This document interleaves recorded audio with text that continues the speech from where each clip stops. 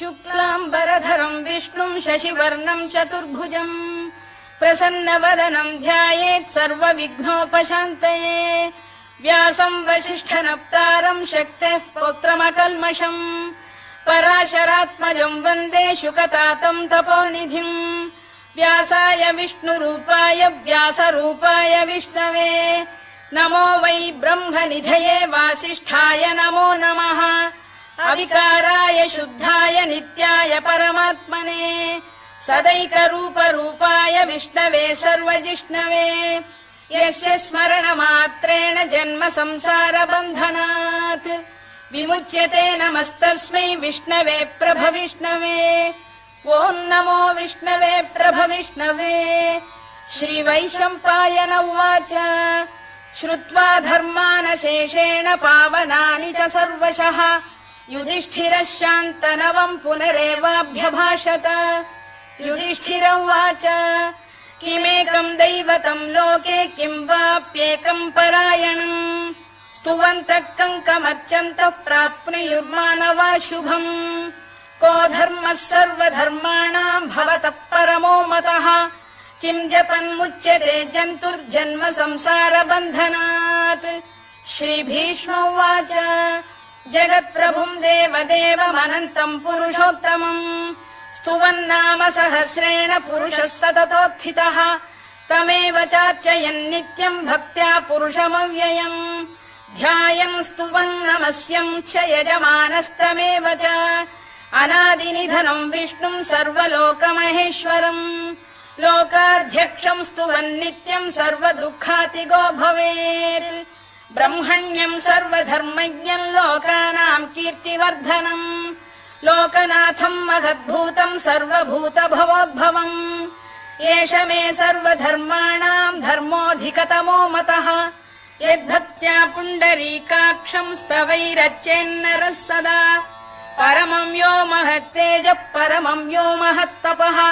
परमम् यो महद्ब्रह्म परमम् यः परायणम् पवित्राणाम् पवित्रम् यो मङ्गलानाम् च मङ्गलम्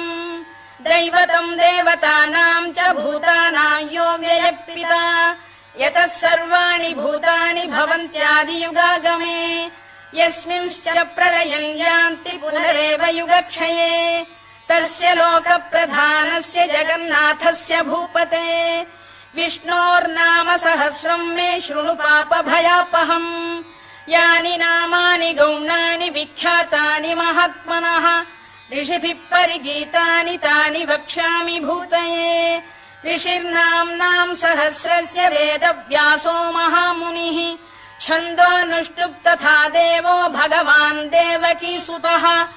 अमृतांशुद्भवो बीजम् शक्तिर्देवकी नन्दनः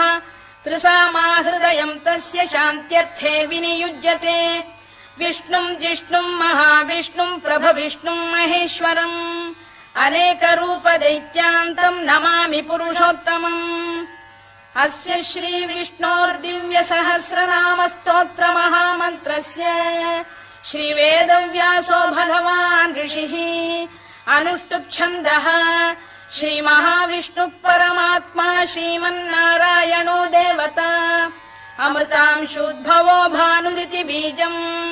देवकी नन्दन श्रेष्ठेति शक्तिः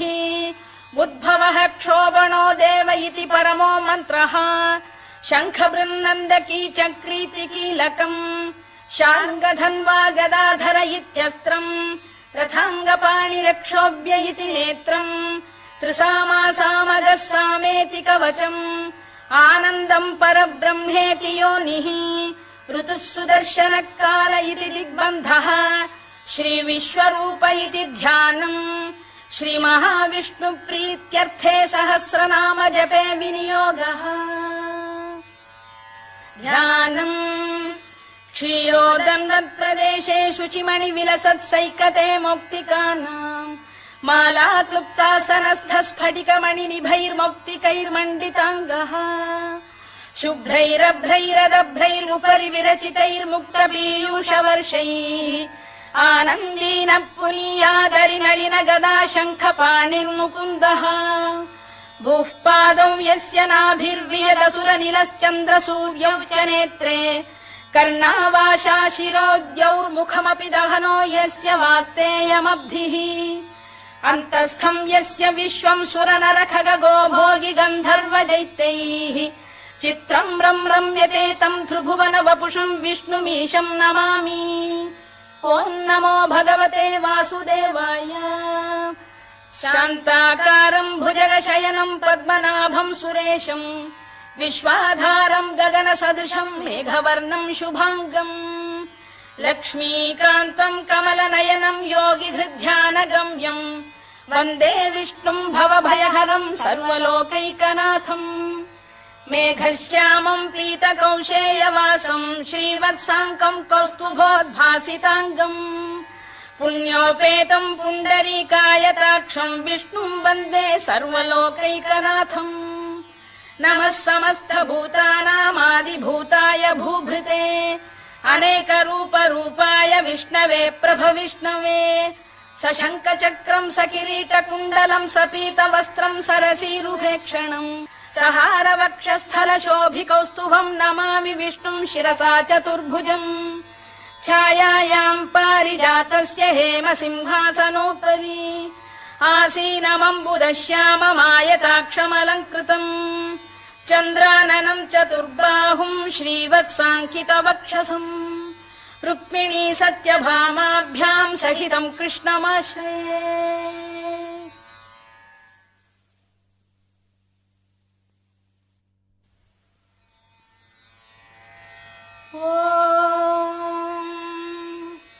विश्वम् विष्णुर्वषत्कारो भूतभव्य भवत्प्रभुः भूतकृद्भूतभृद्भावो भूतात्मा भूतभावनः भूतात्मा परमात्मा च मुक्तानाम् परमागतिः अव्ययः पुरुषः साक्षी क्षेत्रज्ञोऽक्षर एव च योगो योगविदाम् नेता प्रधानपुरुषेश्वरः नारसिंहवपुः श्रीमान् केशवः पुरुषोत्तमः सर्वः शर्वः शिवस्थाणुर्भूतादिर्निधिरव्ययः सम्भवो भावनो भर्ता प्रभवः प्रभुरीश्वरः स्वयम्भूः शम्भुरादित्यः पुष्कराक्षो महास्वनः अनादिनिधनो धाता विधाता धातुरुत्तमः अप्रमेयो ऋषिकेशः पद्मनाभोऽमरप्रभुः विश्वकर्मा मनुस्पष्टा स्थविष्ठस्थविरो ध्रुवः अग्राह्यः शाश्वतः कृष्णो लोहिताक्षप्रदर्दनः प्रभूतस्त्रिककुब्धाम पवित्रम् मङ्गलम् परम् ईशानः प्राणदः प्राणो ज्येष्ठः श्रेष्ठः प्रजापतिः हिरण्यगर्भो भूगर्भो माधवो मधुसूदनः ईश्वरो विक्रमी धन्वी मेधावी विक्रमक्रमः अनुत्तमो दुराधर्ष्य कृतज्ञः कृतिरात्मवान् सुरेशः शरणम् शर्म विश्वरेता प्रजाभवः अधः संवत्सरो व्याल प्रत्ययः सर्वदर्शनः अजः सर्वेश्वरः सिद्धः सिद्धिः सर्वादिरच्युतः वृषाकपिरमेयात्मा सर्वयोगविनिसृतः वसुर्वसुमनः सत्यः समात्मा संमितः समः अमोघः पुण्डरीकाक्षो वृषकर्मा वृषाकृतिः रुद्रो बहुशिरा बभ्रुर्विश्वयोनिः शुचिश्रवाः अमृतः शाश्वतस्थाणुर्वरारोहो महातपाः सर्वगः सर्वविद्भानुर्विश्वक्सेनो जनार्दनः वेदो वेदविदव्यङ्गो वेदाङ्गो वेदवित्कविः लोकाध्यक्षः सुराध्यक्षो धर्माध्यक्षः कृताकृतः चतुरात्मा चतुर्व्यूहश्चतुर्दंष्टश्चतुर्भुजः भ्राजिष्णुर्भोजनम् भोक्ता सहिष्णुर्जगदादिजः अनघो विजयो जेता विश्वयोनिः पुनर्वसुः उपेन्द्रो वामनः प्रांशुरमोघः शुचिरूर्जितः अतीन्द्रः सङ्ग्रहः सर्गो धृतात्मा नियमो यमः वेद्यो वैद्यः सदा योगी वीरः माधवो मधुः अतीन्द्रियो महामायो महोत्साहो महाबलः महाबुद्धिर्महावीर्यो महाशक्तिर्महाद्युतिः अनिर्देश्य वपुः श्रीमान् अमे आत्मा महादृधृत् महेश्वासो महीभर्ता श्रीनिवासः सताङ्गतिः अनिरुद्धः सुरानन्दो गोविन्दो गोविदाम्पतिः मरीचिर्दमनो हंसः सुपर्णो भुजगोत्तमः हिरण्यनाभः सुतपाः पद्मनाभ प्रजापतिः अमृत्युः सर्वदृक्सिंहः सन्धाता सन्धिमान् स्थिरः अजो दुर्मर्षणः शास्ता विश्रुतात्मा सुरारिभा गुरुर्गुरुतमो धाम सत्यः सत्यपराक्रमः निमिषो निमिषस्रग्वी वाचस्पतिरुदारधीः अग्रणीर्ग्रामणी श्रीमान् न्यायो नेता समीरणः सहस्रमूर्धा विश्वात्मा सहस्राक्षः सहस्रपात् आवर्तनो निवृत्तात्मा संवृतः सम्प्रमर्दनः अधः संवर्तको वह्निरनिलो धरणीधरः सुप्रसाद प्रसन्नात्मा विश्वधृक् विश्वभुग्विभुः सत्कर्ता सत्कृतः साधुर्जह्नुर्नारायणो नरः असङ्ख्येयो प्रमेयात्मा विशिष्टः शिष्टकृच्छुचिः सिद्धार्थ सिद्ध संकल्पः सिद्धिदः सिद्धिसाधनः वृषाही वृषभो विष्णुर्वृषपर्वा वृषोदरः वर्धनो वर्धमानश्च विविक्तः श्रुतिसागरः सुभुजो दुर्धरो वाग्मी महेन्द्रो वसुदो वसुः नैकरूपो बृहद्रूपः शिपिविष्टप्रकाशनः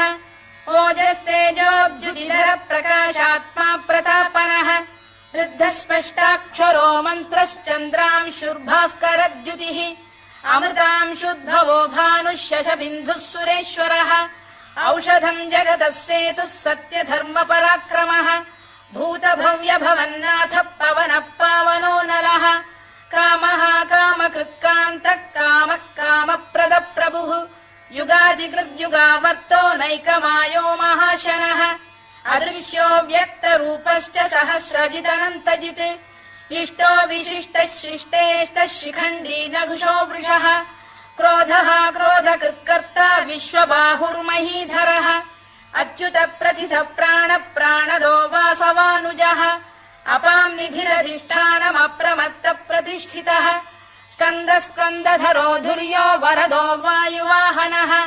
वासुदेवो बृहद्भानुरादिदेवः पुरन्दरः अशोकस्तारणस्तारः शूरः शौरिर्जनेश्वरः अनुकूलः शतावर्तः पद्मी पद्मनिभेक्षणः पद्मनाभोरविन्दाक्षः पद्मगर्भः शरीरभृत् महर्धिर्वृद्धो वृद्धात्मा महाक्षो गरुडध्वजः अतुलः शरभो भीमः समयज्ञो हविर्हरिः सर्वलक्षणलक्षण्यो लक्ष्मीवान् समितिञ्जयः विक्षरो रोहितो मार्गो हेतुर्दामोदरः सः महीधरो महाभागो वेगवानमिताशनः उद्भवः क्षोभणो देवः श्रीगर्भः परमेश्वरः करणम् कारणम् कर्ता विकर्ता गहनो गुहः व्यवसायो व्यवस्थानः संस्थानस्थानदो ध्रुवः परधिः परमस्पष्टस्तुष्टः पुष्टः शुभेक्षणः रामो विरामो विरतो मार्गो नेयोनयोनयः वीरः शक्तिमताम् श्रेष्ठो धर्मो धर्मविदुत्तमः वैकुण्ठः पुरुष प्राण प्राणद प्रणव पृतुः हिरण्यगर्भः शत्रुघ्नो व्याप्तो वायुरधोक्षजः ऋतुः सुदर्शनकालः परमेष्ठी परिग्रहः उग्रः संवत्सरो दक्षो विश्रामो विश्वदक्षिणः विस्तारस्थावरस्थाणुः प्रमाणम् बीजमव्ययम् अर्थोऽनर्थो महाकोशो महाभोगो महाधनः अनिर्विण्णस्थविष्ठो भूर्धर्मयूपो महामखः नक्षत्रनेमिर्नक्षत्री क्षमः क्षामः समीहनः यज्ञयुज्यो महेद्यश्च क्रतुः सत्रम् सताम् गतिः सर्वदर्शी विमुक्तात्मा सर्वज्ञो ज्ञानमुत्तमम् सुव्रतः सुमुखः सूक्ष्मः सुघोषः सुखदः सुहृद् मनोहरोजितक्रोधो वीरबाहुर्विदारणः स्वापनः स्ववशो व्यापी नैकात्मा नैककर्मकृत् वत्सरो वत्सलो वत्सी रत्नगर्भोधनेश्वरः धर्मकृद्धर्मकृद्धर्मी सदसक्षरमक्षरम् अभिज्ञाता सहस्रांशुर्विधाता कृतलक्षणः गभस्तिनेमिः सत्तस्तः सिंहो भूतमहेश्वरः आदिदेवो महादेवो देवेशो देवभृद्गुरुः उत्तरो गोपतिर्गोप्ता ज्ञानगम्यः पुरातनः शरीरभूतभृद्भोक्ता कपीन्द्रो भूरि दक्षिणः सोमपो मृतपः सोमः पुरुजित् पुरुसत्तमः विनयो जयः सत्यसन्धो दाशार्हः सात्वतां पतिः जीवो विनयिता साक्षी मुकुन्दोमित विक्रमः अम्भो निधिरनन्तात्मा महोदधिशयोऽन्तकः अजो महार्घः स्वाभाव्यो जिता मित्र प्रमोदनः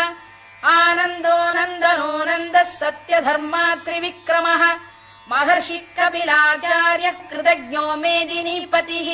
त्रिपदस्त्रिदशाध्यक्षो महाशृङ्गकृतान्तकृत् महावराहो गोविन्दः सुषेणः कनकाङ्गनी गुह्यो गभीरो गहनो गुप्तश्चक्रगदाधरः मेधास्वाङ्गो जितकृष्णो दृढः सङ्कर्षणोच्युतः वरुणो वारुणो वृक्षः पुष्कराक्षो महामनाः भगवान् बलहानन्दी वनमाली हलायुधः आदित्यो ज्योतिरादित्यः सहिष्णुर्गतिसत्तमः सुधन्वाखण्ड परशुर्दारुणो द्रविणप्रदः दिवस्पृक् सर्वदृग्व्यासो वाचस्पतिरयो निजः त्रिसामासामगः साम निर्वाणम् भेषजम् भिषज सन्न्यासकृच्छमः शान्तो निष्ठा शान्तिपरायणम् शुभाङ्गः शान्तिदः स्रष्टा कुमुदः कुवलेशयः गोहितो गोपतिर्गोप्ता वृषभाक्षो वृषप्रियः अनिवर्ती निवृत्तात्मा संक्षेप्ता क्षेमकृत् शिवः श्रीवत्सवक्षः श्रीवासः श्रीपतिः श्रीमताम्बरः श्रीरः श्रीशः श्रीनिवासः श्रीनिधिः श्रीविभावनः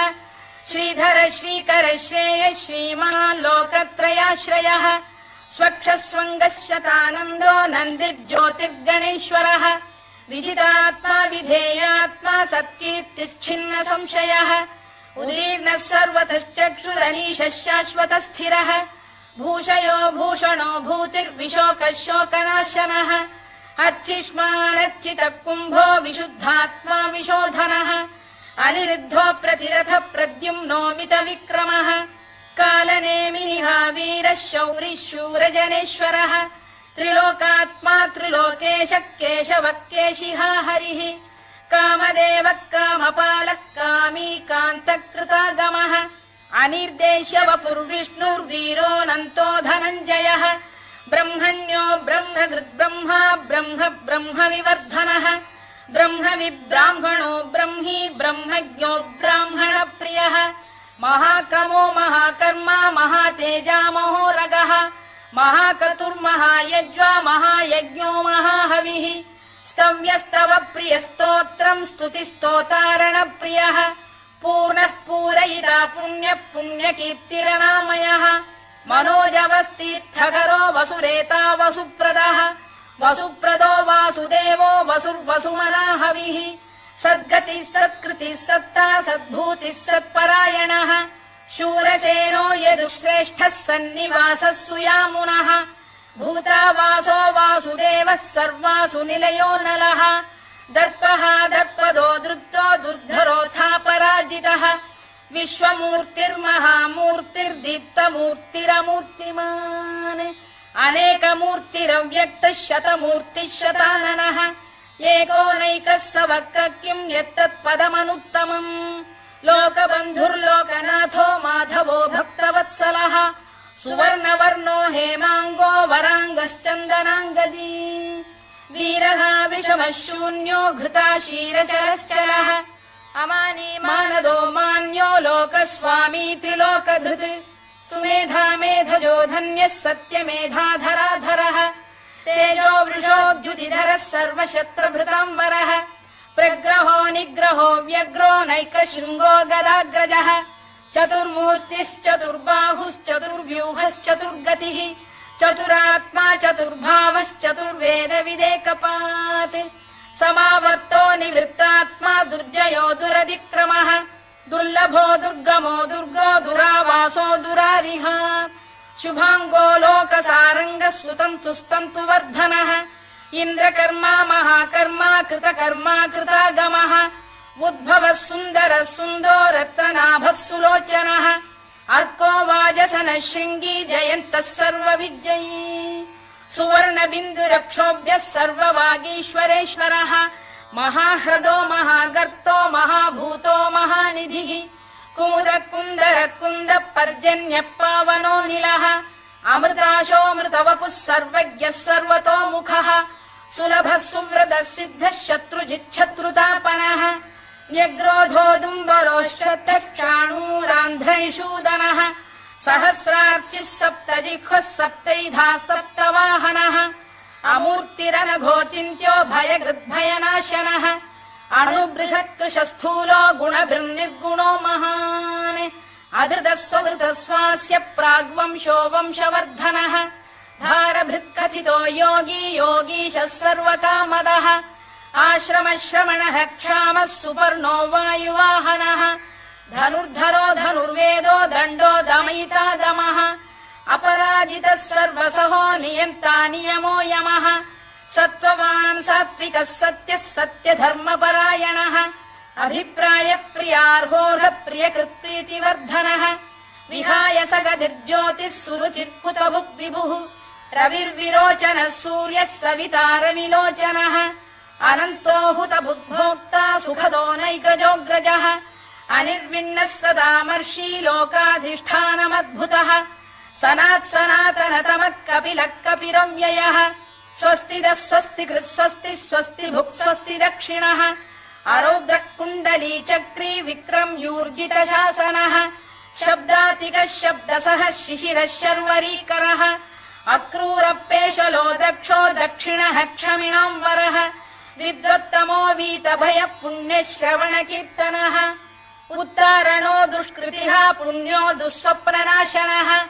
वीरः रक्षणः सन्तो जीवनः पर्यवस्थितः अनन्तरूपोऽनन्तश्रीर्जितमन्युर्भयापहः चतुरश्रो गभीरात्मा विदिशो व्यादिशो दिशः अनाधिर्भूर्भुवो लक्ष्मी सुवीरो रुचिराङ्गदः जननो जनजन्मादिर्भीमो भीमपराक्रमः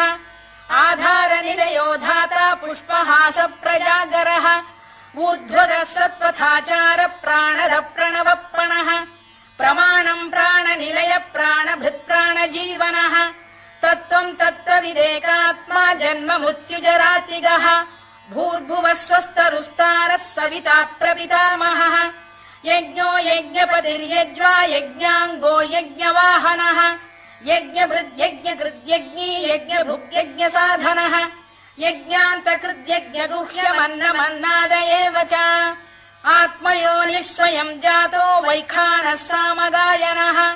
देवकीनन्दनः स्रष्टा क्षितीशः पापनाशनः शङ्खबृन्नन्दकी चक्री शार्ङ्गधन्वा गदाधरः तथाङ्गपाणिरक्षोभ्यः सर्वप्रहरणायुधः सर्वप्रहरणायुधवोन्नम इति वनमाली गरीशाङ्गी शङ्खी चक्री च नन्दकी श्रीमान्नारायणो विष्णुर्वासुदेवोऽभिरक्षतु वनमाली गरीशाङ्गी शङ्खी चक्री च नन्दकी श्रीमान्नारायणो विष्णुर्वासुदेवोऽभिरक्षतु वनमाली गरीशाङ्गी शङ्खी चक्री च नन्दकी श्रीमान्नारायणो विष्णुर्वासुदेवोऽभिरक्षतु इतीदम् कीर्तनीयस्य केशवस्य महात्मनः नाम्नाम् सहस्रम् दिव्यानामशेषेण प्रकीर्तितम् य इदम् शृणुयान् नित्यम् यश्चापि परिकीर्तयेत् नाशुभम् प्राप्नुयात् किञ्चित् सोमुत्रेह च मानवः वेदान्तको ब्राह्मणः स्यात् क्षत्रियो विजयी भवेत् वैश्यो धनसमृद्धः स्यात् शूद्रः सुखमवाप्नुयात् धर्मार्थी प्राप्नुयात् धर्ममर्थार्थी चार्थमाप्नुयात् कामानवाप्नुयात् कामी प्रजार्थी चाप्नुयात् प्रजाम् भक्तिमान् यः सदोत्थाय शुचिस्तद्गतमानसः सहस्रम् वासुदेवस्य नाम्नामेतत् प्रकीर्तयेत् यशः प्राप्नोति विपुलम् याति प्राधान्यमेव च अचलाम् श्रियमाप्नोति श्रेयः प्राप्नोत्यनुत्तमम् न भयम् क्वचिदाप्नोति वीर्यम् तेजश्च विन्दति भवत्यरोगोद्युतिमान् बलरूपगुणान्वितः रोगार्तो मुच्यते रोगात् बद्धो मुच्येत बन्धनात् भयान्मुच्येत भीतस्तु मुच्येतापन्न आपदः दुर्गाण्यतितरत्याशु पुरुषः पुरुषोत्तमम् स्तुवन्नाम सहस्रेण नित्यम् भक्तिसमन्वितः वासुदेवाश्रयो मर्त्यो वासुदेवपरायणः सर्वपापविशुद्धात्मा याति ब्रह्म सनातनम् न वासुदेव भक्तानामशुभम् विद्यते क्वचित् जन्म मृत्युजरा व्याधि भयम् नैवोपजायते इमम् स्तवमधीयानः श्रद्धा भक्तिसमन्वितः युज्येतात्मसुखक्षान्ति श्रीधृतिस्मृतिकीर्तिभिः न क्रोधो न च मात्सर्यम् न लोभो न शुभा मतिः भवन्ति कृतपुण्यानाम् भक्तानाम् पुरुषोत्तमे द्यौः स चन्द्रार्कनक्षत्राखम् दिशो भूर्महो दधिः वासुदेवस्य वीर्येण विधृतानि महात्मनः ससुरासुरगन्धर्वम् स यक्षोरगराक्षसम् जगत्वशे वर्ततेदम् कृष्णस्य सचराचरम् इन्द्रियाणि मनो बुद्धिः सत्त्वम् तेजो बलम् धृतिः वासुदेवात्मकान्याहुः क्षेत्रम् क्षेत्रज्ञ एव च सर्वागमानामाचार प्रथमम् परिकल्पते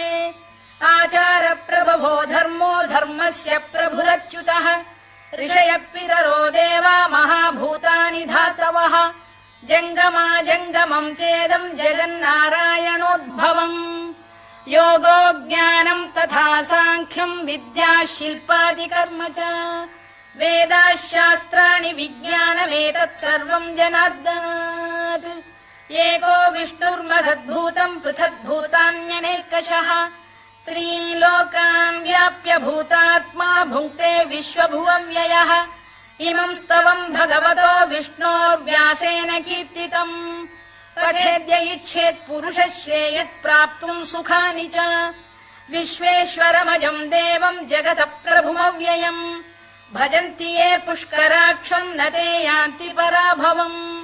न ते यान्ति पराभवम् ओन्नम इति अर्जुनोवाच पद्मपत्रविशालाक्ष पद्मनाभसुरोत्तमा भक्तानामनुरक्तानाम् त्राता भव जनार्दन श्रीभगवानुवाच यो माम् नाम सहस्रेण स्तोतुमिच्छति पाण्डव सोऽहमेकेन श्लोकेन स्तुत एव न संशयः स्तुत एव न संशयोन्नम इति व्यास उवाच वासनाद्वासुदेवस्य वासितम् भुवनत्रयम् सर्वभूतनिवासोऽसि वासुदेव नमोऽस्तु ते वासुदेव नमोऽस्तु ते ओम् नम इति पार्वत्युवाच केनोपायेन लघुना विष्णोर्नाम सहस्रकम् पठ्यते पण्डितैर्नित्यम् श्रोतुमिच्छाम्यहम् प्रभो ईश्वर उवाच श्रीराम राम रामेति रमे रामे मनोरमे सहस्रनाम तत्तुल्यम् राम नाम वरानने श्रीराम राम रामेति रमे रामे मनोरमे सहस्रनाम तत्तुल्यम् राम नाम वरानने श्रीराम राम रामेति रमे रामे मनोरमे सहस्रनाम तत्तुल्यम् राम नाम वरानने राम नाम वरानन ओन्नम इति ब्रह्मोवाच नमोऽस्त्वनन्ताय सहस्रमूर्तये सहस्रपादाक्षि शिरोरुबाहवे सहस्रनाम्ने पुरुषाय शाश्वते सहस्रकोटियुगधारिणे नमः सहस्रकोटियुगधारिणे नम ओन्नम इति सञ्जय उवाच यत्र योगेश्वर कृष्णो यत्र पार्थो धनुर्धरः तत्र श्रीर्विजयो भूतिर्ध्रुवानीतिर्मतिर्मम श्रीभगवानुवाच अनन्याश्चिन्तयन्तो मां ये जनाः पर्युपासते तेषाम् नित्याभियुक्तानां योगक्षेमम् वहाम्यहम् परित्राणाय साधूनां विनाशाय च दुष्कृताम् धर्म संस्थापनार्थाय सम्भवामि युगे युगे आर्ता विषण्णाः शिथिलाश्च भीता घोरेषु च व्याधिषु वर्तमानाः संकीर्त्य नारायण शब्दमात्रम् विमुक्त दुःखाः सुखिनो भवन्तु कायेन वाचा मनसेन्द्रियैर्वा बुद्ध्यात्मना वा प्रकृते स्वभावात् करोमि यद्यत् सकलम् परस्मै नारायणायेति समर्पयामि।